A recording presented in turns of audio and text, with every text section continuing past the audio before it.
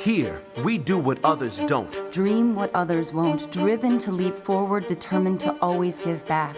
Here, we work where giants have played, where the connection of work and ethic is made. A diverse community possessed with a passion To know and grow and go and show the world we are prepared to change it. Here, we ask what must be done, for in doing we learn and earn success. and you can get there from here. DePaul University. Here, we do.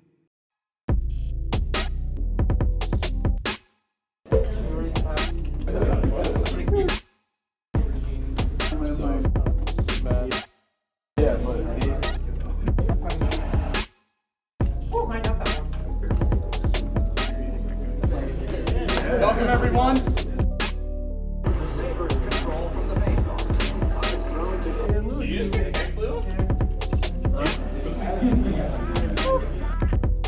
King Spike Oreo. They have three really hard skins. We just.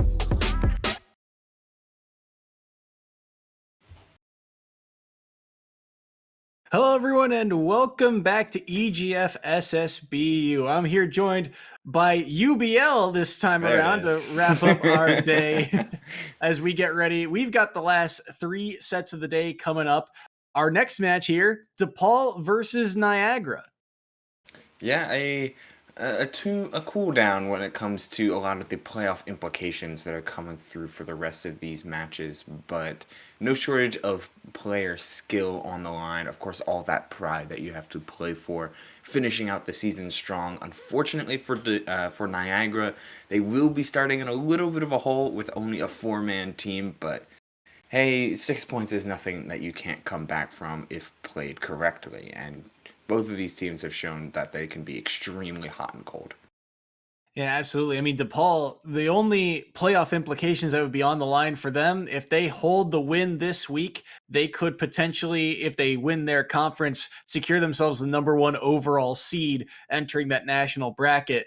And that's if they get the win. They're already on the right path, considering Niagara has to forfeit over those first 6 points. But no real playoff implications on the line for Niagara. As I said, they are eliminated this season, but still, we've seen this team really grow from week one. I mean, week one, they've dropped their first match 30 points to the side of Marist. But since then, every single player on this roster has really shown a lot of upside. Red Saw in particular has been kind of the shining star of this Purple Eagles roster. But we'll get to him when we see his name. Players are being locked in as we speak. Ikaro going to be locked in for the side of DePaul, going up against Boshi Koopa. And this is a matchup that we don't see a lot of. Ikaro, one of those players that we've seen rock the Bayonetta since day one. So curious to see if that stays the case. But Boshi Koopa, this is going to be a tough one. Boshi Koopa seems to be another one of those players that's the king of the heavies. The Donkey Kong and the Bowser have both made appearances. And against the Bayonetta, that's very much so a double-edged sword. Yeah, that's a tricky one for the fullest extent, and it's honestly what keeps Bayonetta relevant in a lot of matchups and in a lot of metagames, is the fact that she is so good against characters that are very easy to pick up and play. She can overwhelm you as long as your combo game is on point, and these large bodies are combo food for a combo-oriented character. Unfortunately, I kind of want to see, just from the name, I kind of wanted to see a Bowser Jr. come out from Boshi Koopa, but I mean, if we're seeing a DK or a Bowser, you're forced to play this very dangerous game of, can I find enough hits? And forcing yourself into those opportunities is live or die. Yeah, absolutely. I mean, it feels like the key for the heavies is, that always almost seems to be the case. But the good news is a character like Bayonetta is on the lighter side of the cast, so it's not going to take as many of those hits for them to take the stocks. The problem is, like you said, very much so the case, a Bayonetta can overwhelm, especially some of these heavier bodies. And a combo character like Bayonetta, it feels like all they really need is to just pressure your shield, and that alone sometimes can be enough to force you to make a mistake. Yeah, no doubt we're going to be seeing the Bowser here because you're going to get a little bit more opportunity to play out of shield thanks to Bowser having a solid nair, some decent rising aerials, and not to mention that up B out of shield being so prevalent, especially on cross-ups. It won't help too much against things like dive kick, as Bayonetta will be able to bounce free very easily, but afterburner kick cross-ups can get pretty negated. Things like dash attack, trying to break through, no dice. And Bayonetta doesn't get too much off of grabs, especially as the percents get higher and higher. She has that forward throw, kill throw, but it's not too scary as the heaviest character in the game in Bowser. So you can play a little bit more rooted and start to give Bayonetta frustrations after that initial 60 to 80%. We'll have to see as Ikaro and Boshi Koopa, they're getting things sorted out right now between stage counter picks and button checks. So we're going to take another quick look at that schedule for the rest of the day that you and I will be covering. We are looking at DePaul and Niagara, the set that just happened if you are just tuning in. Siena versus Manhattan. Manhattan got the win, so they keep their playoff chances alive, and keep your eye on that fourth and final set of the day because of it. Iona versus Quinnipiac. If Iona win that set, they lock in that last playoff spot. If they lose, Manhattan will overtake them and jump into that wild card seeding. So that's the match to keep your eye on. But we still have one more set in between there, which could be fun to watch. Seton Hall, Big East School, going up against Canisius College. Yeah, I'm really excited to see just how teams that are a little bit lower on the totem pole really thrive in these last week scenarios, and just throwing everything at the kitchen and the kitchen sink at the wall and seeing what sticks and how things roll. But that 9:30 slot is just going to be so prevalent, not only here but also on the other EGF streams, official EGF and EGF SSBU, or EGF2, official EGF2, excuse me, because we'll be seeing across the board George Washington University Fairfield, which could also have playoff implications for Manhattan, as well, not this match, Quinnipiac and Iona, then Sacramento State Weber State as a rematch event on the third stream. It's just going to be a very amazing block to watch across the board. And for the teams that did not qualify through the regular season, the season's not quite over for them. If they win their conference championship, they will qualify for the national bracket. But it all starts right here. So you're seeing, this is Boshi Koopa opting for the DK, and this time around Ikaro, we were talking about the Bayonetta. This is the first appearance of Ikaro's Luigi on stream, and similar kind of vein of thought where all they really need is one good clean touch, and look at the percent they can rack up. Yeah, with some key fundamental differences when it comes to Luigi, because while Luigi can suffer and when it comes to raw neutral in certain cases compared to Bayonetta, Luigi's all gas, like all of it. Everything leads towards one idea, and that is killing you in a thought and off of touch. And these dash attacks are doing a great job of covering that ground space so well for Ikaro. Boshi Koopa found a couple ways to get to the ground, but it's dash attack after dash attack that keeps Boshi Koopa in a corner position. Up B back to stage, an interesting kind of get off me option, but there's the up smash from Ikaro, taking that first stock off the board. We'll see if Boshi Koopa can respond here. Wants that down B, but won't get too much off of it. But now here's the grab. Nair won't quite land, so Boshi Koopa able to get out of that 0 to death. He wanted to armor through there with, I believe that was side B, but could not do so. And Boshi Koopa at even percents here, he'll just drag Ikaro off stage, but Ikaro should be able to make it back. I'm finding this is extremely awkward, as both players will end up falling thanks to the mash out from Ikaro, but I think it was the misfire that actually put them too far low in order to recover. That's how it goes sometimes, as we are seeing Ikaro look for the regrab, not find it, as Luigi can sometimes if with proper SDI, you can avoid a lot of those combos and not gonna fall for some of these instant kills is Boshi Koopa, and they have a chance to get going. That could have been a giant punch, but did not react to the trip in time. He wanted the grab off of it, but could not find it. There's the punch, but could not find its mark either. Might have wanted to try and turn that one around. Up the early. Gonna get grabbed out of it. Cyclone, not gonna take the stock quite yet, but the next one probably will. Despite how heavy DK is, that move's got a lot of knockback. Good trip up, but the up smash came out beforehand. Not gonna beat him out in time. Boshi Koopa knocked back into center stage here. The one strong hit is all Ikaro needs to seal away this first game. Jabs will push him to the corner here. Wants something. The fireball lands, and the air dodge from Boshi Koopa might have wanted to buffer a roll, but ends up falling past the ledge. And another 2 stock goes to DePaul. Yeah, I think you're exactly right, Soy. That is what Boshi Koopa was looking to do. Got hit by this fireball, and in turn, the inability to grab ledge off of the air dodge led to their own demise. He could be also been looking for a land on this platform, given the angle that they were coming at. Could have landed right here if not for the knockback from the fireball, and landing in shield got buffered, wasn't on the ground, so air dodge came out, as that will do it.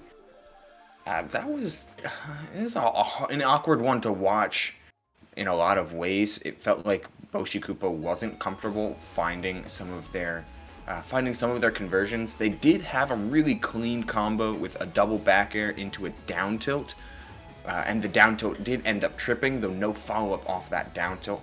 It looks like they understand what they're trying to do with Donkey Kong, but they're not able to capitalize on some of the openings. Meanwhile, Ikaro looks like they're experimenting with this Luigi. Like, it's missing some of the easy low percent combos. Some of these bread and butters aren't there. The high percent stuff is there, but they're not really focusing on grab conversions as much as they are just simple fundamentals, like covering landings with a lingering dash attack over and over again, Zaire to be out there, and as well as to catch those landings. It was simple, heavy counterplay, and it worked out.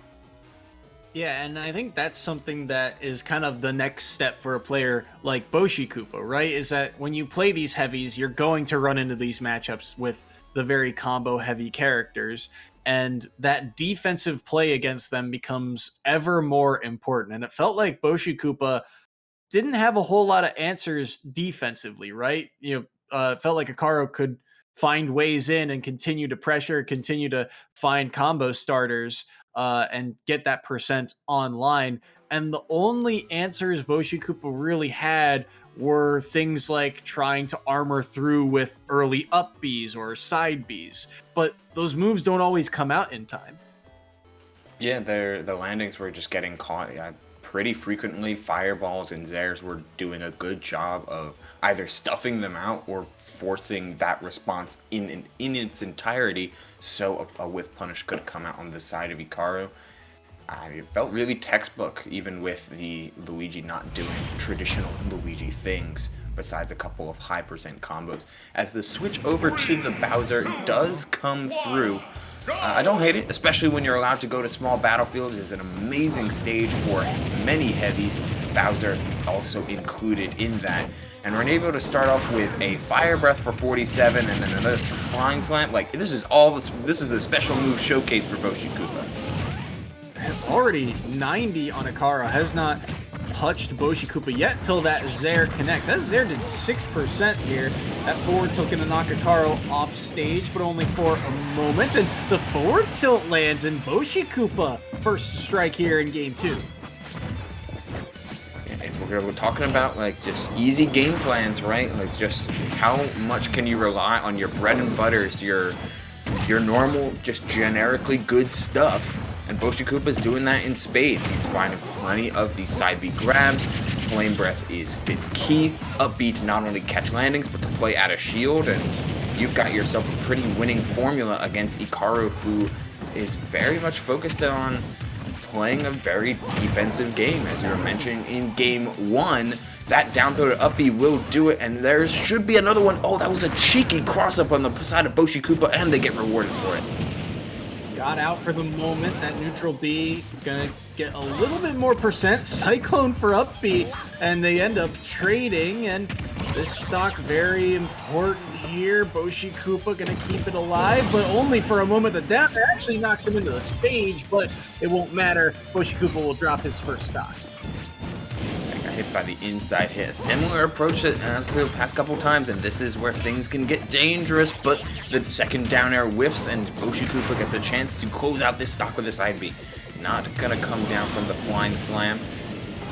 You know, I really like just Flame Breath stopping the green missile approach back to stage from a recovery option from Ikaru, but they're not completing the edge guard, which is quite unfortunate if you are Boshikupa. Oh, terrible DI on that up B, as yet again the green missile is stopped, but no edge guard from Boshikupa, who's just looking to rely on one of these strong tilts or perhaps another flying slam to close out this stock.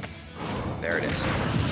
Yep, side B to the platform, and that takes stock number 2 of Ikaru off the board. Something also worth noting, we haven't really seen in neutral per se. Boshikupa's had kind of opportunities to throw out that back air, but hasn't really done so. But right now it's Ikaru on the ledge trap. Oh, the up B actually fought through for a moment, and that'll keep him alive, but only for a moment it seems. But the Cyclone not going to get the job done quite yet. The dash attack will, however, catch him before Boshikupa can get back to the ledge, and just like that, it's down to the last stocks. That dash attack is bizarrely strong, given its history as being utterly garbage in previous Smash titles. Yet, a opening Flame Breath still has Boshikupa in the driver's seat, especially given how they're doing a very solid job of weaving in and out of this Zair and of this grab range from Ikaru. Like, this Luigi is kind of getting out-tempoed from the raw ground speed of Bowser, and this ledge trap may certainly do it, though the get-up attack gets them right by. Ikaru needs some amazing starter here. Zairs and grabs are real good. Oh, that falling up air was crazy, forcing a whiff and into a potential full combo. Not finding the backer afterward, but 76 is nothing to sneeze at. The misfire, just gonna get him back in time. The down smash, though, catches the roll in, and Boshikupa takes game 2. I wonder if Ikaru was in range of a get-up attack here on that final stock, but I like that commitment to coverage from Boshikupa, who played the ledge very passively, repeatedly in that game 2. Yeah, going for the. Let's wind it back a little bit here. So he gets the ledge, and right here with this forward tilt out, forward tilt's gonna be retracted before Ikaru is able to make to pull the trigger on an option. So they go for a very normal defensive play when it comes to ledge get up, especially with that roll. And since the last time they got up from ledge, they went for the get up attack, they decided to mix up their own option, and Boshikupa was playing aggressive on ledge for the first time in the game, allowing this down smash to come out. Clean stuff on Boshikupa to keep track of previous options that Ikaru had went for that succeeded, and figured that Ikaru was going to do something different, because nobody likes to get punished for an option that they've done before, as well as choose the same option multiple times in a row, with the exception of neutral get up. Yeah, I mean, you saw even on that first stock, Boshikupa time and time again, that neutral B goes off stage, and then to pressure the ledge, he uses that forward tilt, and you saw I was able to take the first stock. So Ikaru adapted to that, played a little bit more patient, but then that down smash too, if I remember correctly, his down smash also has some armor to it. So even if, say, the get up attack lands, there's a chance that the down smash just kind of armors through it, and that hitbox still comes out on top. But still, like you said, smart play by Boshikupa allows him to get Niagara's first points of today on the board here. The question is, can he take the set? You're going to be going to Ikaru's stage counter pick going forward. And Ikaru, it felt like overall, this game, it felt a little bit slower paced from him, and it allowed Boshikupa to find those moments to get those edge guards off, to get this Luigi off stage in the first place. Yeah, this is a dangerous game against heavies in just every medium that they're in, whether it be in shooters or fighting games or everything in between. Big cannons and big guns need to be either A, avoided in their entirety, or B, smothered so they don't get a chance to use it. Luigi's one of those characters that generally falls into the latter category. Find a grab, kill him off of it, rinse and repeat. Game 2 was not any of that, so we're getting to see the true main, the Bayonetta, come out on the part of Icaro. And will this Bayonetta do that similar game plan that is so devastating for heavies in across the board? A quick 40 is certainly not bad, but not something that you usually see out of Bayonetta strings when at their most potent. But continuing to pressure here, how does Boshikupa find a way to land? Lands with the down air, but won't connect, and Boshikupa just going to try and use the neutral B to say, get off me, get away, but only for a moment as Icaro knows, hey, I've got a neutral B that's ranged as well, and now finds the up B, combo, forward airs, not going to take him off the top quite yet. Bowser, a very heavy character. Even at 121, they'll be able to survive, but not from the forward smash, though. Icaro takes the first stock. I like the idea of that from Boshikupa. Like, you're expecting Icaro to try and avoid the side B, which is usually the correct option there, yet Icaro did the simple play of holding shield, and on Battlefield you especially have to be careful of both of these characters heading vertical. Bowser with the flying slam and Bayonetta with her vertical combos off of things like Witch Twist. These up Bs are going to be incredibly impressive, not to mention the up tilt. But Icaro playing a little bit risky with some of these afterburner kicks and heel slides. Gotta be very precarious how you end up throwing yourself at Bowser, yet everything seems to be working right now. Just a simple jab one in to grab that very nice tick throw gets Icaro another chance to pull this lead further. 124 to 93 at the moment. The back air lands and Boshikupa forced off stage. Boshikupa gonna get up tilted, but they'll be able to up B out of those jabs. Oh, I like the idea for the forward air, but they get countered, and no, it's not gonna be enough. The up smash from Icaro after a little bit of a whiff still ends up connecting, and Icaro forces Boshikupa to their last stock. Yeah, you miss the punish on one move, but you're still able to find it off of the anti-air, and that's really been the key from Icaro. Like, despite playing characters in both Bayonetta and Luigi, I suppose, that have an idea of, like, the little neutral you play, the better in a lot of ways, they've been keeping their own primarily because they have a strong sense of advantage and a strong sense of when Boshikupa wants to play around their own offense. Side B won't land there, and Icaro trying to get this 3 stock, finds the up B, can't find the second one though. Boshikupa actually falling out of it, dipping low, but they will be able to make it back to stage. Trying to get something on the board here, but Icaro keeping them to the corner. Won't allow them to find their way to center stage. That's a rapid jab. He ends up shielding it, but he can't use the tough guy armor to punish, and he gets caught on the jump from the ledge. The up smash connects, and Icaro gets a 3 stock. Dreadful. Yeah, that's generally how it goes, right? That's what you really expect from a Bayonetta matchup, and it can either be so well in her favor or so not, and this is one of those with these big bodies, with the combo ability that she has. You can kind of overwhelm and get these percentages high extremely quickly.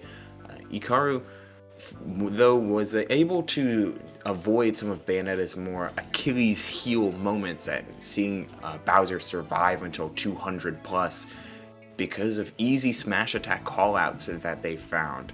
The forward smash on a whiffed, or rather a blocked up special, this counter which led to an anti-air scenario, and the jump callout at the very end. If you're able to find a mixture of hard reads with any character, you're able to kind of disguise a lot of their innate weaknesses regardless, because you're hitting those immaculately strong hits. Yeah, and the Smash Attacks ended up taking every single stock there for Akaro, and that was more or less, I think, what we were kind of looking for. Akaro, one of these players for the side of DePaul, who's been, well, prolifically good. Their all-time record in the regular season, 17-2 coming into this week, or sorry, 17-3. And well, this season they are now 8-3 with their victory. So they shoot DePaul's lead up to a full 12 points, 13-1.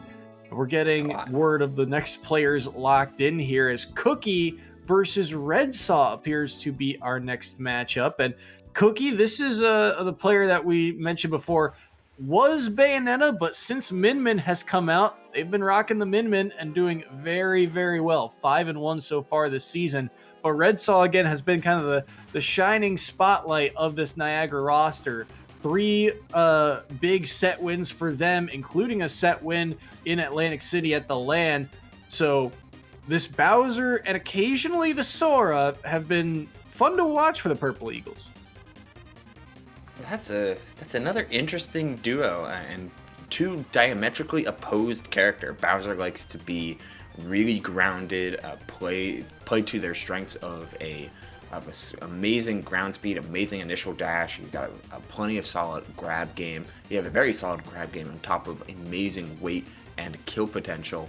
While Sora, floatier character, likes to jump, though doesn't necessarily like to stay in the air for very long, given their airspeed leaves a little bit to be desired. But you have such an amazing suite of aerials that you can play around, though it does come at the cost of a lackluster weight. These 2 are they're definitely not 2 peas in a pod. I'm wondering how they go about those 2 characters from a mental perspective. Like, what makes them choose one matchup over the other? Or maybe they just have been enjoying Sora lately. Who knows? Who knows? I think most of the time we've seen the Bowser more often than the Sora, but they did end up playing that Sora. I think typically around the time the character came out, those couple of weeks, but still, the Bowser has been good for the side of Niagara. In fact, both Bowsers really. I think Boshi Koopa, despite losing that last set, being able to take a game off of Akaro kind of shows their growth as a player. I mean, this is a team that we mentioned in previous years or previous weeks that Niagara coming in this year was almost completely new. Almost, I think their entire roster, the turnover was, from last season to this season, all 5 were brand new starters coming in and minimal experience at a kind of professional level. Now that they've got 15 weeks under their belt, you're seeing what these players can really do. And Boshi Koopa, despite losing, the Bowser, I think, has really been one of the bright spots in terms of improvement. And so is Red Saw here. This other Bowser player, I think, has certainly helped out Niagara moving forward. Yeah, I think that's one of the better sides of any fighting game or any prolonged season competition. Like, you have a consistent player base playing against each other in as both teams go, and you get to see teams dramatically improve just as much as you get to see teams dominate, or you see those dark horses. And sometimes you really want to root for such a heavy underdog, and Niagara putting a point up on the board this early against DePaul, who is looking to be the #1 seed and one of the teams to beat. We've seen our fair share of shutouts, so it's not an easy feat just to take one game. We already saw one upset happen today with Manhattan taking down Siena and Niagara trying to make it 2. But like we said, starting off with a big early deficit because they are only playing with 4 this week. So only 4 sets, one of them already done and dusted with Boshi Koopa versus Akaro out of the way, as we're getting those button checks and stage selections out of the way here to get ready for this second set. Moving forward, though, again, like you mentioned, DePaul, they are in contention for that #1 overall seed, and there's got to be some pressure on this DePaul roster because they were the independent conference champs last year, and they made grand finals and lost to Mississippi State. Now, they aren't in the same division or conference anymore as Mississippi State. But DePaul, it feels like this roster is now on a mission. They were on a tear last season. They're on a tear this season. It feels like they're out for a little bit of vengeance, and a win against Niagara could really help them secure that spot and get things ironed out for the postseason. Yes, as if you're going to be a team that goes from like just not only the team to beat or on a hot streak, like there's so many adjectives that you could throw out. But if you're going to go from any of those to just the best, the great team, period, you have to be consistent with it. And that's the hardest challenge for any player, individual or team-based, is being and staying consistent. And DePaul has really done that this season. They've shored up a lot of the cracks. Like, only one loss is nothing to sneeze at, given how many good teams there are in this league. And they'll be really tested in the postseason with teams like Mississippi State still running amok and being the house that they are. But DePaul feels like they have really come into this season with a new resolve to become those champions, and every week they've proven it time and time again. And it comes with players like Cookie, like switching mains and finding the time to grind it out, and that leading to success on the that we are seeing them celebrate in these sets. As you mentioned, their set record overwhelmingly positive. Yeah, DePaul right now, I mean, first overall in terms of round differential, first overall in point differential as well, which is why they are in position to take that number 1 overall spot. What's really impressed me about this team in particular is that it felt like, when we when we interviewed Mississippi State after they won the championship, they cited one of their reasons as why they were so successful is that they felt like they could cover a lot of matchups. They felt like they had a lot of depth in their roster. They felt like they could, practice whatever type of matchup they needed to in order to get ready. And DePaul, I think more or less, you saw depth in the roster, but it was in the key moments, the same 5 using the same 5 characters time and time again. Now you're seeing DePaul, 7 or 8 players strong and a lot more kind of variance here. I mean, yes, you still have players like Bobby Time who are, solely on the Pokemon trainer, or Akana who's been solely on the Young Link. But now you add those extra wrinkles. Cookie has the Min and the Bayonetta. Legacy, we've seen go Cloud and Joker. I mean, even Matt Beach was exclusively Mega Man last year, but his Kazuya has been on a tear this season. And and even Floral, who we didn't see at all last season, has come in with this Roy, this rushdown sortie that we didn't see from DePaul. So they've added a lot of variants and variables to their game, and all of them have really turned up really well. It feels like this team has really grown overall, and that is just a terrifying prospect considering how they did last year. Also worthy of note, that only loss they took in the regular season, we actually had that game. It was a loss to Colorado, who they ended up playing in the Independent Conference Championship last season. But we are back and underway here for DePaul versus Niagara. Red Saw is that Bowser that you're seeing, and Cookie, a new character added to their docket, the Minecraft Steve. Yeah, this Alex is kind of leading into an idea that I was planted in my head from Ikaru's set where they led the Luigi. It's a test of depth, and also it's a test of experimentation. And Cookie, as a Min players pivoting to Steve makes a whole lot of sense, and Cookie is trying it out for sure. Not showing too much of what normally Steves do in a lot of ways, but Steve can be such a flexible character in a lot of ways, and as long as they're able to build these blocks and punish Red Saw for how they react to them, then this Bowser is going to have a lot of trouble. Okay, fire on the TNT would be the best of plans. That is a scary moment there for Red Saw. Maybe just wanted to get that one out of the way. Ooh, Nair wanted the back air, but could not connect it. The cart will land. That command grab-esque projectile. I didn't even realize the cart gets larger when it grabs Bowser. That's kind of a funny interaction, but still, percents relatively even and relatively high here. One strong hit either way could do it, and Cookie not getting the back throw there, opting for the down throw instead. Gonna give Red Saw a chance here on their back throw, but Cookie will be able to make it back to stage. Oh, but the diamond back air does come out, but you want to be able to... Yes, there it is from Red Saw, calling out the roll instead of the offensive option from Cookie. You want to see Steve use their resources very, very quickly. And so if you're forcing Cookie to use that diamond on the previous stock, then immediately take it away, not to mention the fact that they built iron, which consumes... it built iron tools, which consumes 4 blocks of iron. Cookie is in a really bad material space for their weapons and for their more devastating tools.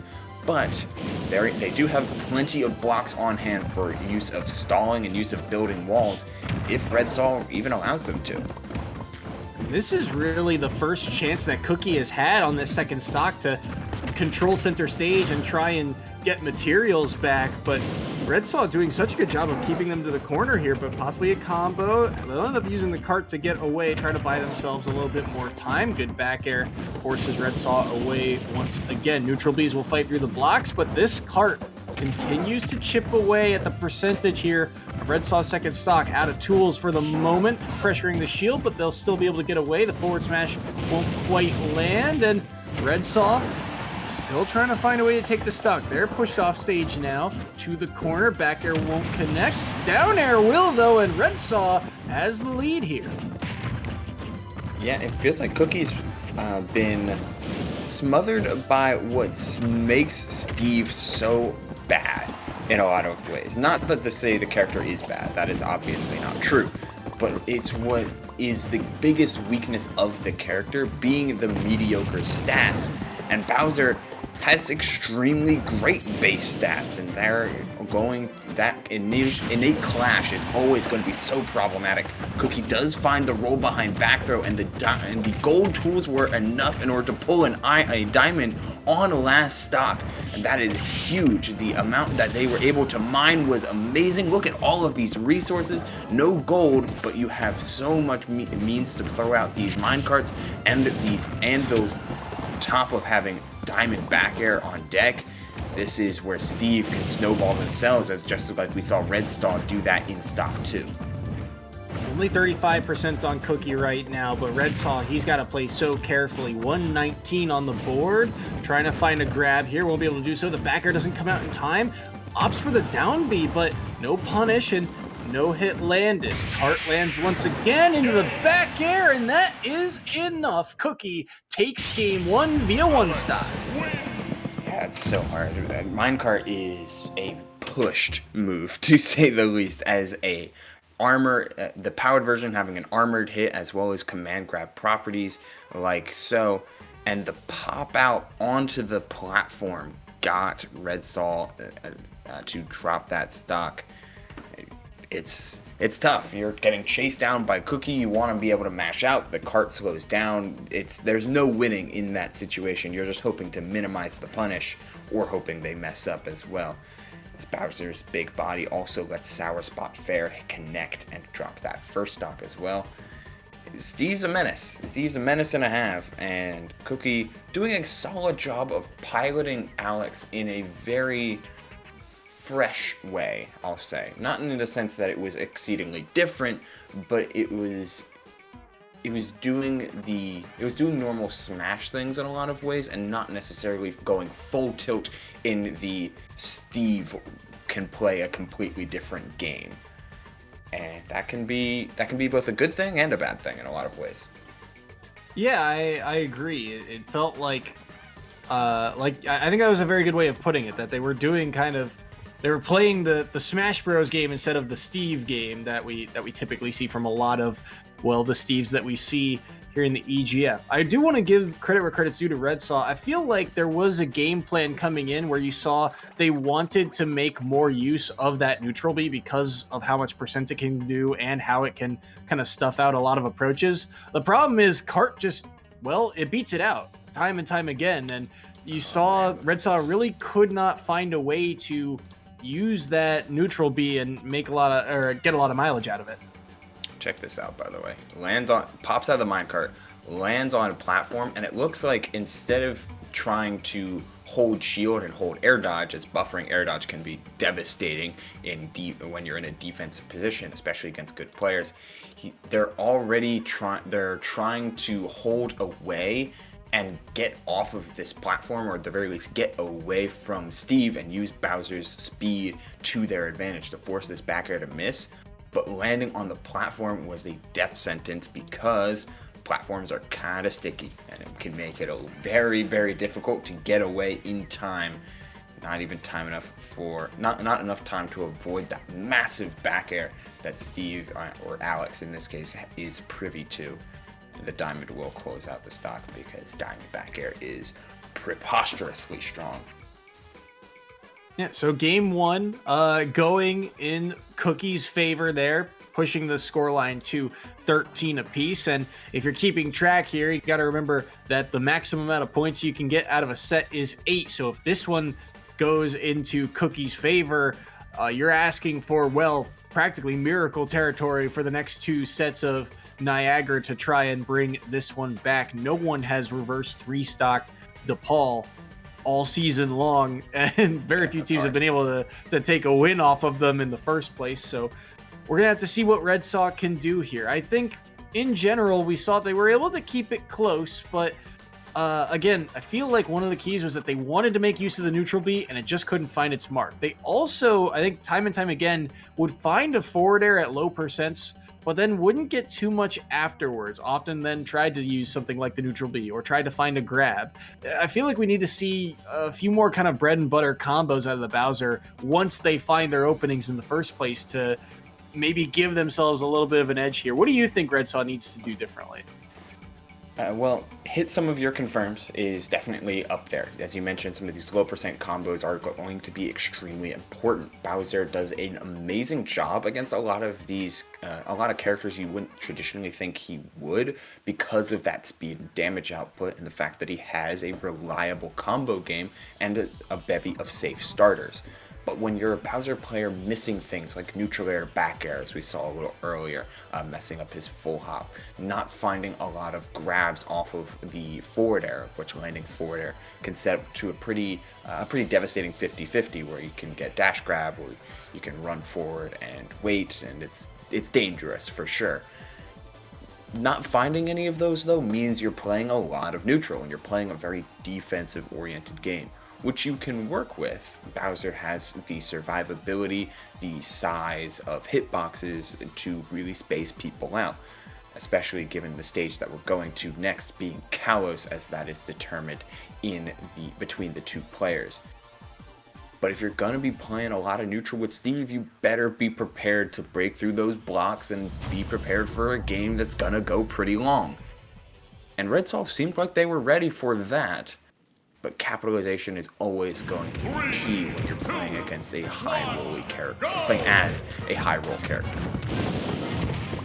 I have to see if they can hit some of those confirms this time around. But it seems to be Cookie off the start, finding some early combos thanks to that cart once again. And, well, won't be able to get too much off of that combo. 34 only now to Red Saw's name. They find an early forward air, but Cookie, the amount of times they're able to get out of disadvantage too is also worth noting. As they use the TNT, they blow themselves up, won't catch Red Saw in it, so the percent because of that almost even back up, but they continue to just chip away at Red Saw's first stock.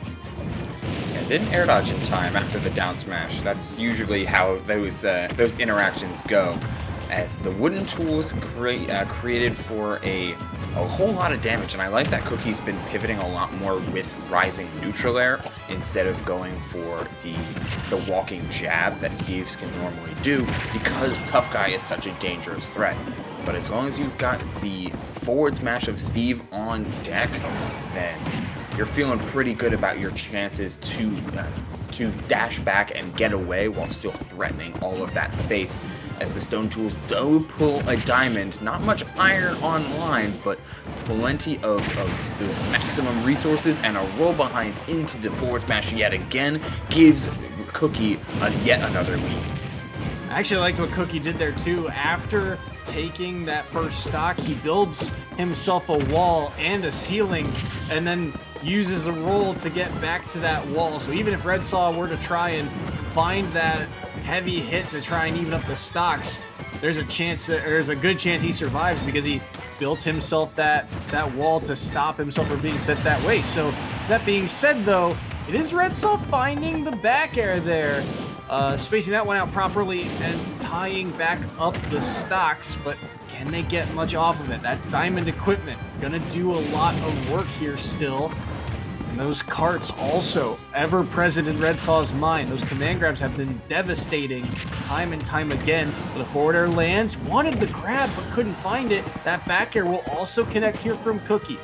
TNT set up, part 2, won't air dodge in time again, and maybe needs a little bit of extra time in the lab on that one. But the back airs, though, the spacing is on point as Red Saw gonna be able to make it back as Cookie just opts to take some space.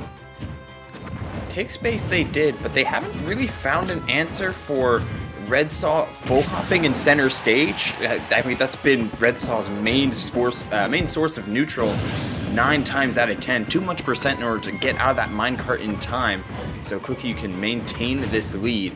But as long as Cookie doesn't have a reliable answer in order to get away from just a Bowser full hopping into Cookie's space, sometimes landing at the forward air, sometimes not, then you have a lot of flexibility with how you can play the latter half of this game. Oh, there's a flying slam, something we have not seen much come out from Red Saw. That side B forcing Cookie to respect not blocking, as the forward tilt comes in time before that up B can get Cookie back to center stage. Here we go again, final stock. Very smart play there from Red Saw, and I like what you said too. We really hadn't seen that side B, and there were a couple of times that Red Saw was just smacking away at the shield of Cookie. Glad he found a way to break through, but can he get anything more off of it? 92% to his name right now, to the 56 of Cookie, and he's going to get back thrown off stage. Cart won't connect, neither will the down air. Oh, just the outside of it connects. He actually got the footstool, but can't get much off of the back of it. Cart, is that going to be it? The mash not fast enough. He was able to mash out, but Bowser's recovery can't get him back to the stage, and it's Alex, aka Cookie, taking game 2. There's a whole lot of good and a whole lot of bad with how Red Saw approached neutral, as we see the cart close out the stock. And I wonder if we'll get a chance to see it. I think this is a pretty good way to show off the bad, perhaps, as we see. Yes and no. Early in that stock, or before the actual kill setup, like at the very beginning, I'm going to reset this. We see a full hop forward air, full hop double jump down air. And at this position, Red Saw is full commitment. Like, there is no thought other in his head, as I'm going to play it at half speed, using the full hop, using the double jump, landing with down air. His entire game plan was thrown away with that one idea, and gets properly punished for it. Uses a lot of those resources, tunnel visions on a singular idea, and gets properly punished.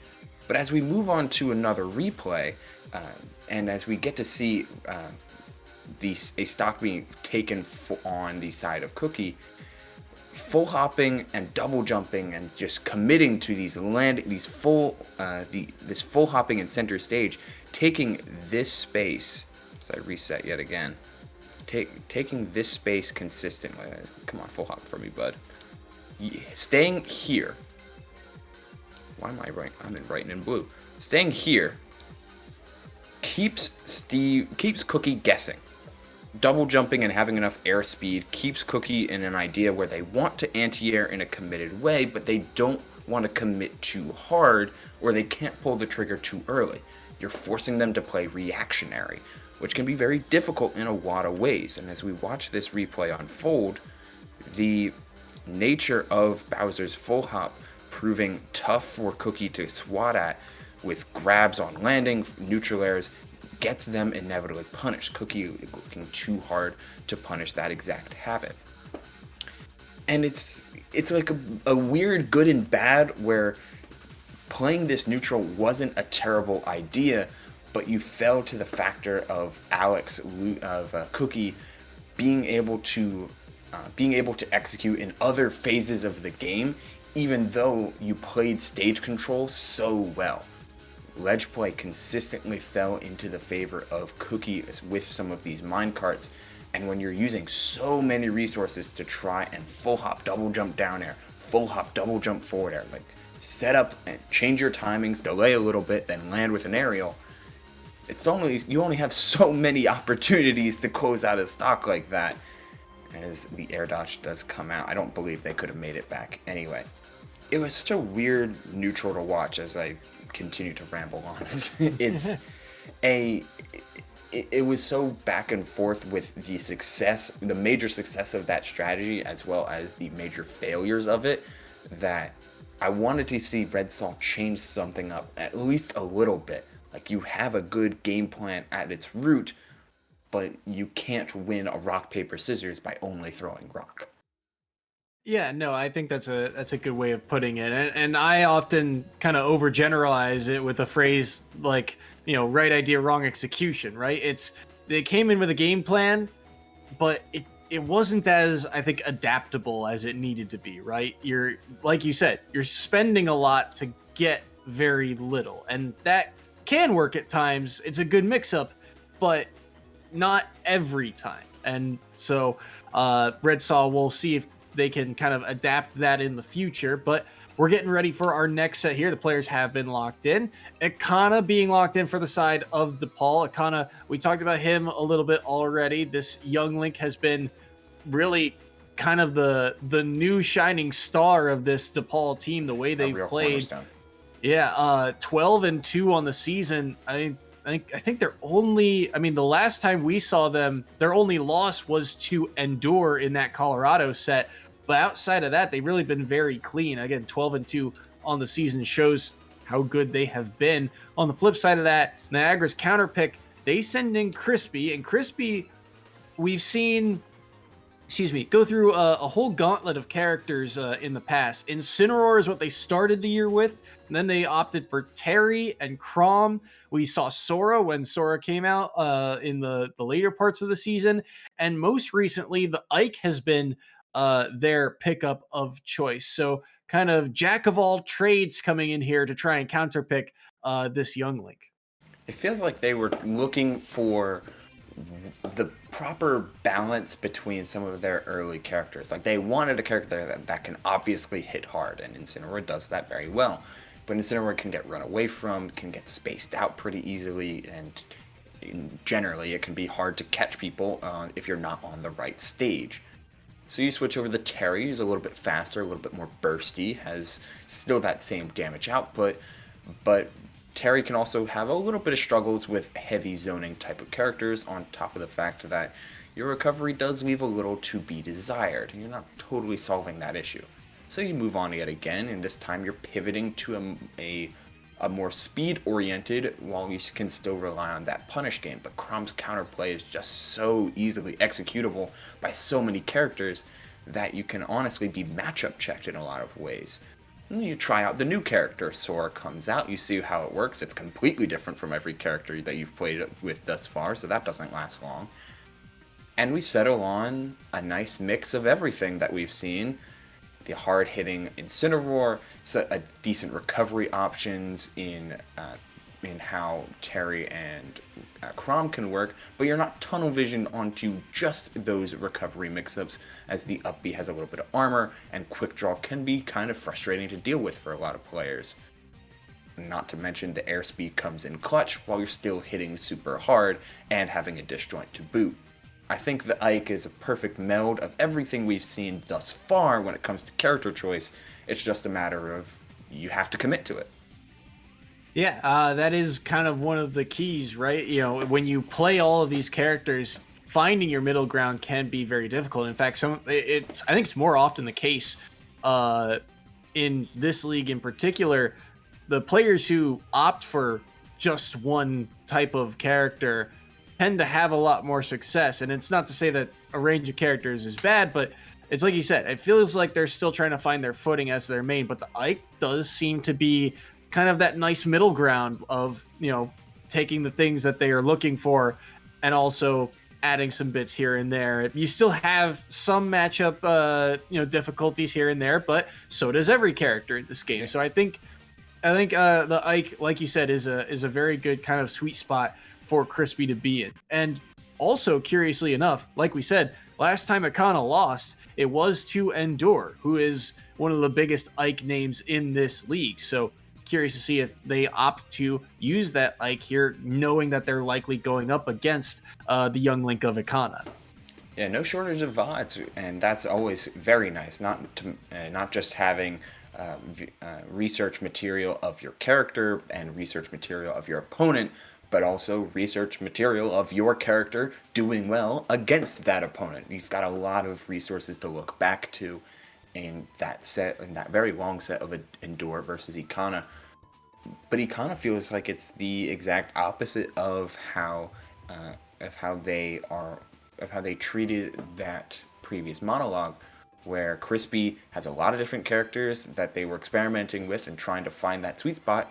Ikana has been committed to the young Link. I don't think I've seen them play any other character but this young Link.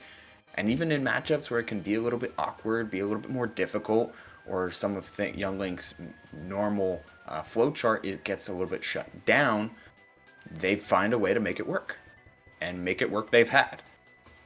Yeah, no, absolutely. Again, this young Link has been very good. I will say, time and time again, you're seeing, this young Link has put in a lot of work, but I'm sorry, I'm thrown off here because of the character mix-ups we're seeing. Akana opting for the Sephiroth here, and Crispy going for the DK. Two characters we haven't seen either of these players play before, so if not now, this is the perfect time to experiment, so if not now, then when?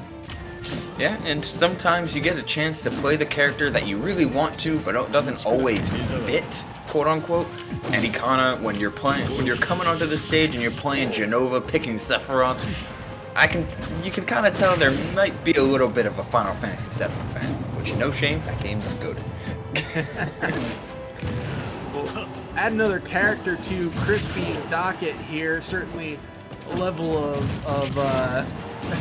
jack of all trades, and we'll have to see how proficient this Donkey Kong is as it drops the first stock here, but it does have Akana to 101, so one strong hit is all Crispy really needs. But how do they find it is the question. Dash attack will knock him off stage, and Akana will just stall out, buy some more time here, and I think that's the second time now we've seen Akana use that up B just straight back to the platform. We'll see if Crispy can start to catch on to possibly that habit. Ooh, the forward air, they wanted it, but it came out too late.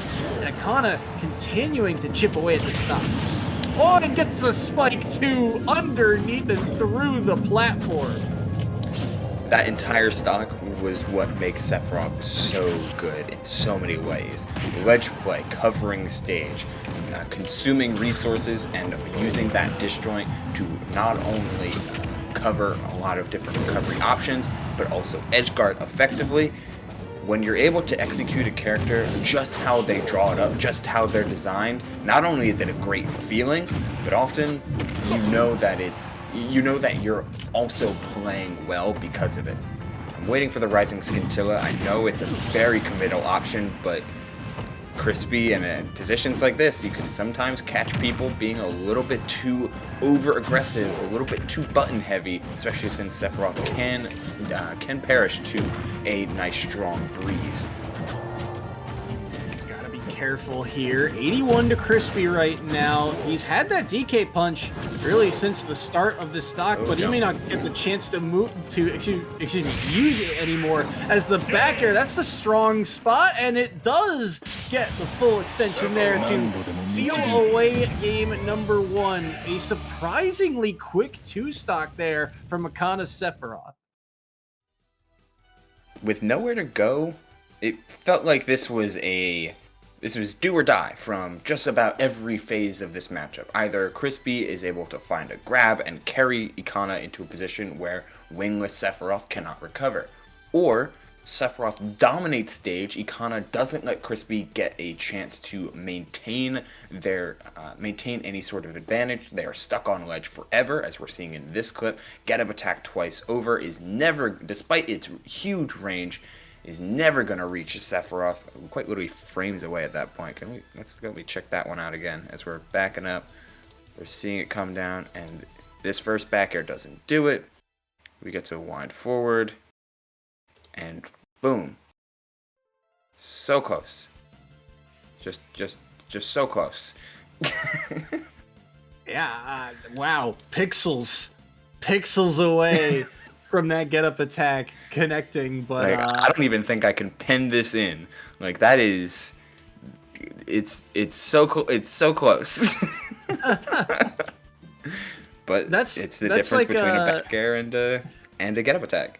That's like the space of, you know how like in hockey and soccer they go to that goal line camera and they're just checking to see if it breaks the plane or not. That's that type of moment where it's like there's just a little bit of space between.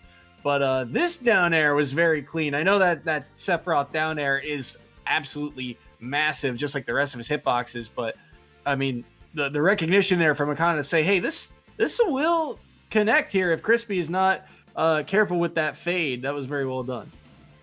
For sure, and you're able to be a little bit more flexible with it, not necessarily having to stand exactly at ledge, because DK, that up B swings his arms out real wide, and they're not disjointed, and Sephiroth's sword, even from much further in stage than usual, was able to find the spike. It's the type of precision that we see Ikana execute with Young Link, but they do it with items, and in this case they're doing it with Sephiroth's sword.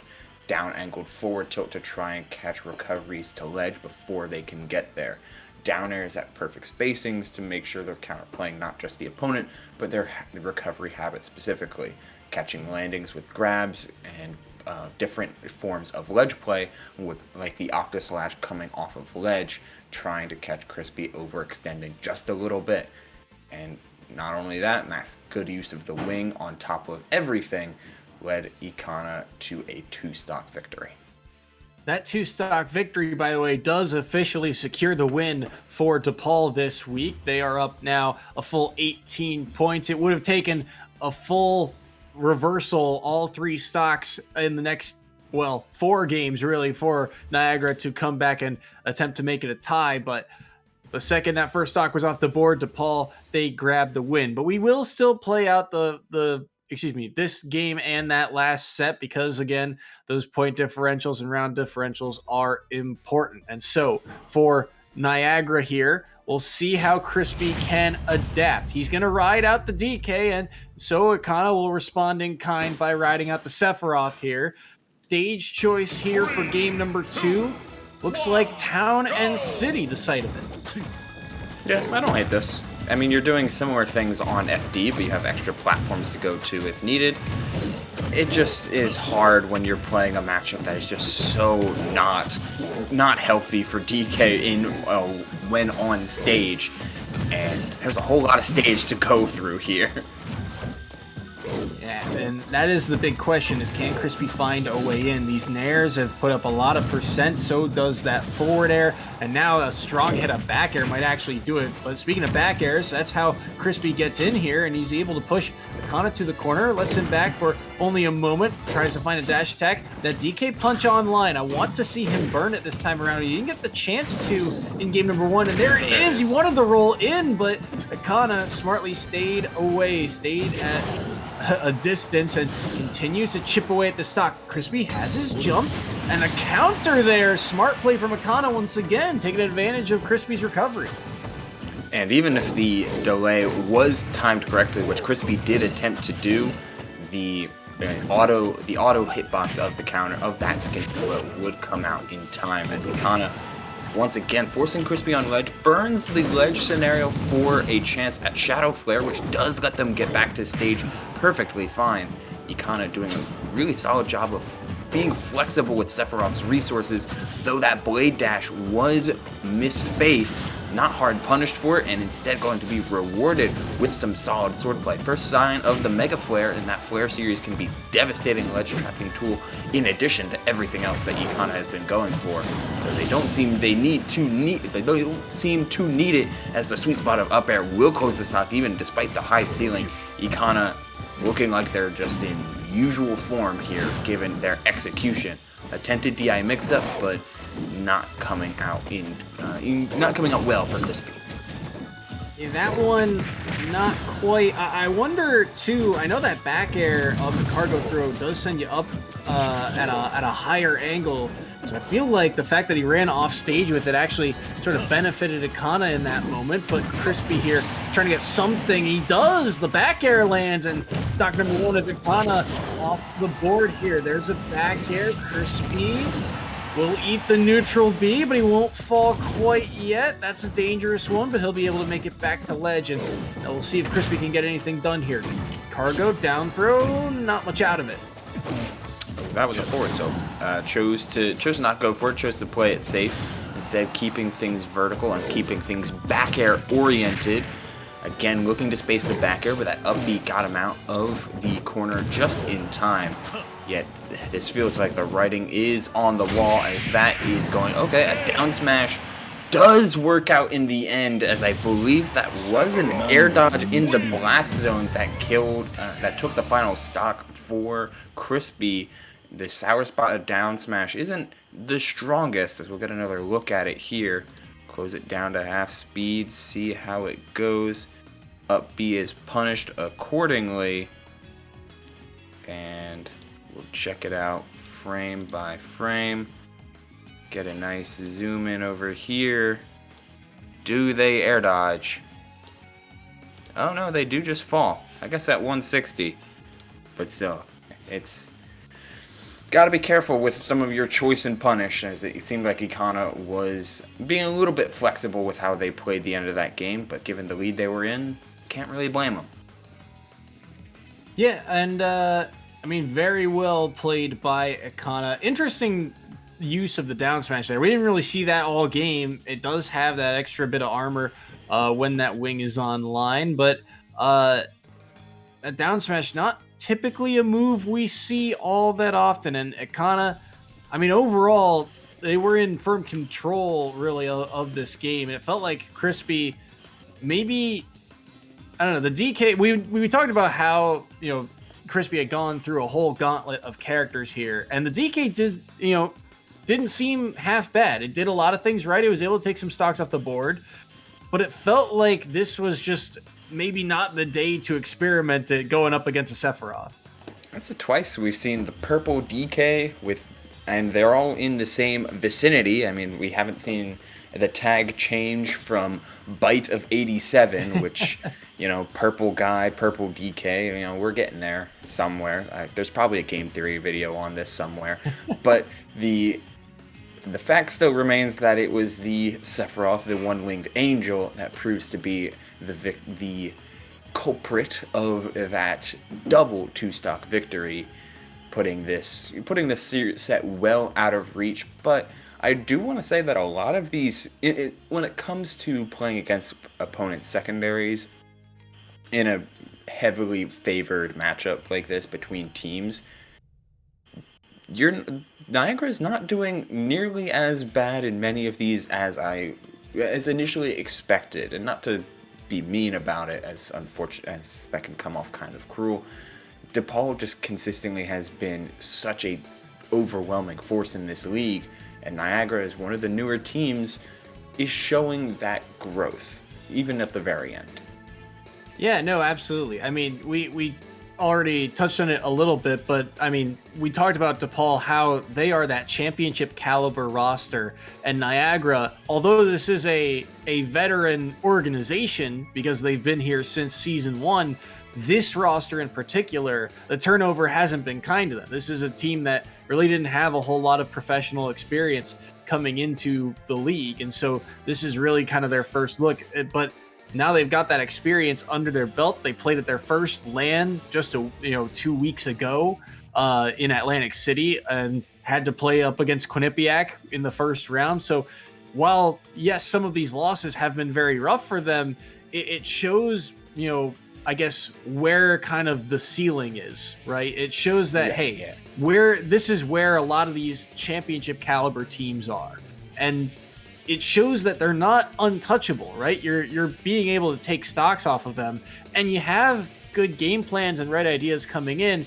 It's just a matter of executing them to their fullest extent. That's been the kind of question mark. And you also, you have to be able to kind of flex that game plan at times. And I think that's been a huge thing for Niagara, is that it feels like for some players, they come in with a game plan, and if it works, but it also can be snuffed out. And there are other players, like you see, like Crispy and Crisis, who we will see coming up in this next set, who have these kind of gauntlet of characters. So they have a type of flexible game plan, but it's a kind of when you have all those characters to go through, the game plan becomes a little bit more vague. It's not as straightforward every time through. Yeah, we'll get to see what that game plan is, as these players exclusively play characters heavier than 108 in the roster, because it has been Bowser, DK, Bowser, and that's a lot of weight going on, and a lot of range you have to contest with, as yet again we're seeing the Sephiroth come down and attempt to once again wall out some of these bigger bodies. Crisis versus Stigma for our last set between these two schools of the regular season. Interestingly enough, Stigma, this is their first time playing Sephiroth. They've typically opted for the Terry in the few times that we've seen them. And Crisis, this is also their first time playing Bowser. But right now, the down B is from Stigma there, taking the first stock off the board of Crisis. What I love about characters like Sephiroth, and you can see this for a lot of characters, but it's more noticeable in some compared to others, is that Stigma is playing completely differently compared to Ikana. Ikana was much more focused on aerial spacing, using back air, and using back air primarily as a means to avoid and force out things that Options and Crispy was doing, range being the forefront of their idea. Stigma is choosing to utilize forward air, since it's a lot quicker, the down smash anti-air hitbox taking out the stock there, but it's been a lot of more quicker options, and utilizing things like Shadow Flare and down tilt as a means to focus on Sephiroth as a speedster rather than as a raw range demon. Yeah, a very different style. Feels a lot faster paced, as you mentioned. Crisis on their last stock here. They'll eat 2 Shadow Flares, but the forward air won't connect. The neutral B will be shielded. And only 42 to Stigma's name right now, but that side B will get a little bit more percent on the board. Run off forward air, nearly found a way to land it, but not quite spaced right. And oh no, I think he got pineapple trying to get back to stage, and Stigma, because of it, gets a 3 stock on Crisis. So not only was it a pineapple, from the amount of distance it seemed like Crisis got, this looked like Crisis mashed, not only used their double jump, but mashed early, which Bowser's a funky character where mashing up B doesn't get as much range as letting it be, and maximum range that Bowser can get is no mash early into a late mash. But the early mash cuts your distance basically in half, not letting you get anywhere at all. So, couple things here, couple problems in that recovery choice, but I like the fact that they were trying to be extra aggressive in a majority of ways. Sometimes Sephiroth can really fold in instances where you smother them, and it was putting that pressure onto Stigma to force them to keep them out, and it did. And they did.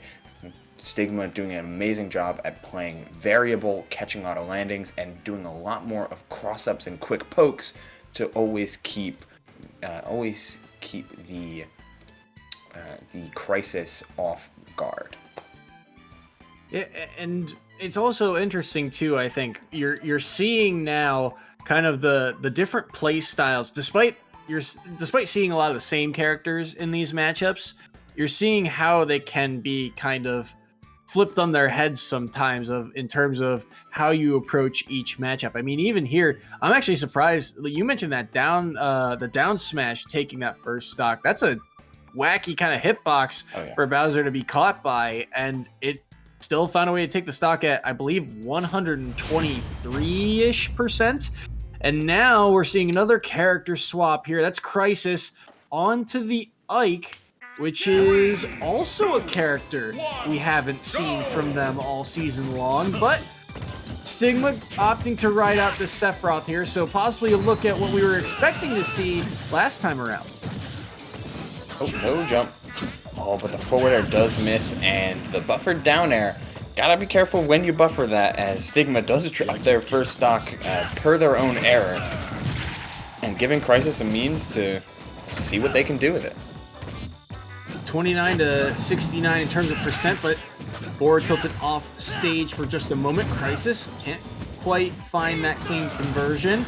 Up B was turned around, so he has to land on stage, and he nearly got the side B around that one, but he will be able to get back to stage now. Back air, nope. Instead opts for the up air with Stigma, but trying to pressure this Crisis Ike from a distance, and will find the forward air, will find the second one, and actually that one, the sweet spot connects, and that's going to be the first stock of Crisis off the board.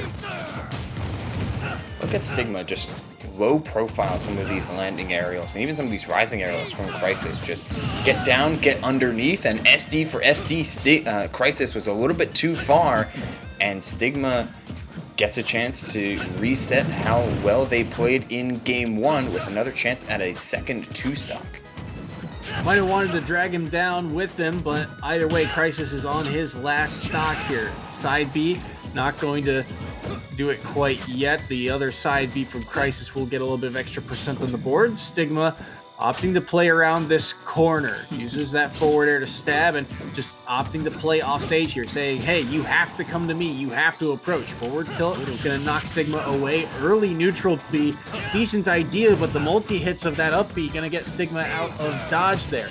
Up B also used by Crisis. That down smash nearly doing a lot of shield pressure, and Crisis now has to be careful about how defensive they play. Won't find the grab, but they will find the jabs. 93 to 97 in terms of percent, but Stigma still has a full extra stock here to work with. Nares won't connect. The side Bs, they'll be air dodged around. Good timing there by Crisis, but how do they get back to stage? Up B, they'll be able to grab the ledge. The back airs won't land, neither will the forward tilts, and Stigma still trying to find that strong, solid hitbox here, as Crisis surviving up to 127. Stigma's trying to end this with something that he's visibly satisfied in, it feels like. There's a lot of these B-reverse shadow flares, poking, but not trying to commit too hard to a kill option until he's ready for the clip to be there. But at the end of the day, threw out the counter on the attempted recovery. Just a little bit too low for the sweet spot to avoid the Scintilla hitbox after it connected. Sephiroth, man. Like, we saw a lot of it, and we just saw how good the character can be in a lot of the ways that they're strong in many different assets. A really good neutral with a lot of safe pokes and a couple quick options in neutral air and shadow flare. A bevy of strong kill moves, speed to keep up with the entirety of the cast, ways to SD. This is a Smash Ultimate character, and a very, very good one. Yeah, no, Sephiroth certainly can be very scary. Good to see some variety, too, from Stigma. Not a character we've seen, not a player we've seen all that often this year, but the Terry has been very good for them, and now we get to see a little bit of that Sephiroth come through, and while Crisis, they do end up losing this game, again, you saw kind of a solid game plan, but the execution just wasn't quite there. You saw some combos off of Nair. You saw how they were using that side B to try and break through neutral, even the early uppies out of shield to maybe catch jumps. But maybe a little bit too early to pull the trigger on them and not baiting your opponent in quite as much as you needed to. Yeah, it's a tough matchup to switch over to because I can have some of the similar issues that Sephiroth can have, where they can be kind of smothered. So you're playing this spacing game against Sephiroth, who has a better sword than you. Well, that can be. Well, you can play a very prominent corner pressure game and force Sephiroth into some very awkward positions. Generally speaking, if you're trying to play the range game with Sephiroth, then you're gonna be in a really, really tough time, with the exception of characters like Min Min, who consistently outrange them. And falling prey to it. But that is the end of, well, Niagara's regular season here. They fall to DePaul 30-1, but really shout outs to them for this season. I mean, it is so tough to kind of start from scratch, really, in the situation that they were in. So we really do applaud them for the efforts that they put forward and really the strides that they've made, despite taking a heavy loss here to a championship caliber team. I mean, all of their players really have showed some growth over the course of the season. Yeah, and with players that performed extremely well, like across the board. I mean, Boshi Koopa taking a game, Red Saw coming up against Cookie and taking them to one stock apiece twice over, and against a player that is extremely solid in a lot of ways. Like there's the bones of a solid core here. It's very much oriented around large body, heavy characters, but there's bones. You just have to fill out with a little bit of meat, fill out with maybe different characters if the roster decides to be a little bit more flexible with the characters they experiment with. But there's a lot of room to learn and there's a lot of room to grow. And if they keep with the EGF, you'll find a lot of good players that you can learn from all the same. Absolutely the case, but it is DePaul getting the 29-point victory here, 30-1, our final score, and we will be cutting to a short break, possibly for an interview with one of the members after this. Don't go anywhere, we'll be right back.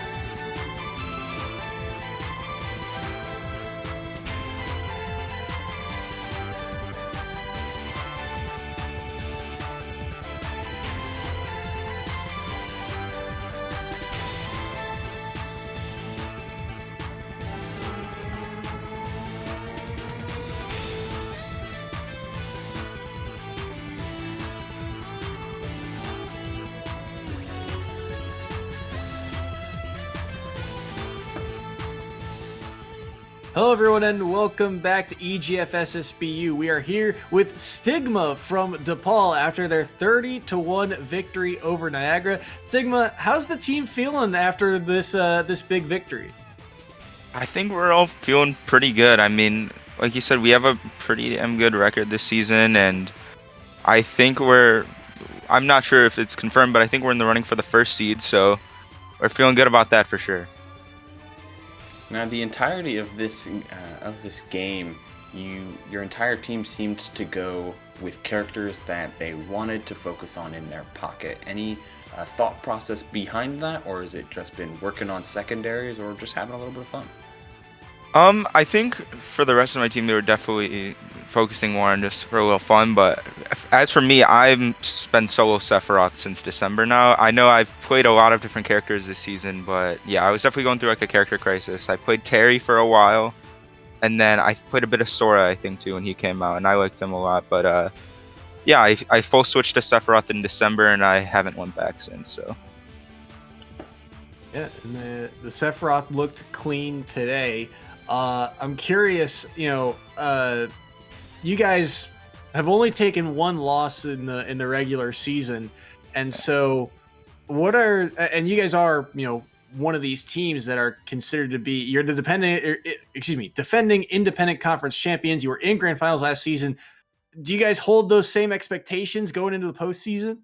Yeah, I think definitely all of us want to get to the grand finals again and win the whole thing. All of us are pretty driven, and I think it definitely helps a lot because we're always just looking to improve and grinding like almost every day of the week in our gaming center. So it's really good that we are all driven and hoping to get to that grand finals. Do you guys feel like there is one or two teams that you're absolutely preparing for way ahead of time? I mean, you weren't able to walk away with the championship thanks to Mississippi State, but is there any other teams, or if maybe they're not as much on your radar, like who's the big threats that you're looking out for? I don't know if I could say anything about Mississippi because I'm a freshman this year, so I wasn't experienced with the rest of the team, but definitely Colorado. We're all wanting to get that run back. We're 1-1 right now. Our first set went to like an overtime, which I don't think's happened before in EGF, so that was really cool. And they're all really good sports. I think there was a little bit of trash talk, but they're all good sports and really good players. Definitely want to play them again and get that run back so we can get a positive record on them. Yeah, no, absolutely. That would be very, very fun to watch, especially since you guys played them in the Independent Conference Championship last year. I've asked this question, and I'm going to be asking it to everyone, really. It's now been 16 weeks of the regular season. Who do you think has improved the most from week 1 to week 16 here on your roster? Ooh, week 1 to week 16?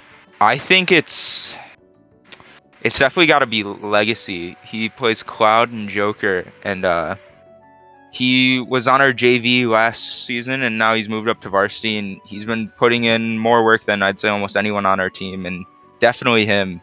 He's definitely on the come up. He's been going to a lot of locals in the Chicago area, and he's been playing with me, Floral, Akana a lot, and definitely him for sure. He's from the start of this year to now, completely different player. Which pivots right into a good final thoughts. Like, do you have any final shout outs or any final thoughts that you'd like to make for your team or otherwise? Definitely, I'd say Floral, Akana, Legacy. They're 3 of the players I play with the most, and I think they're all super good. And me, Floral, and Akana are only freshmen this year, so we're just getting started, and it's been really fun. Definitely shout out to Colorado. We're coming, and I want to play you guys again. I played Endure last time. It was super fun. He's a great Ike. I want to do that again. And then finally, just shout out Matt Beach. He runs almost our entire Smash League and put so much work in. We couldn't do any of this without him, so. All right. Yeah. Thank you so much, Stigma, for joining us. And we will see you guys and let you guys get ready for the postseason. But congrats on your victory this week. All right. Thank you. All right, and with that, that wraps up game number 2 for us today. We still got 2 more to go, and to get ready for those 2, we'll be cutting to a short intermission. Don't touch that dial now, we're just getting started.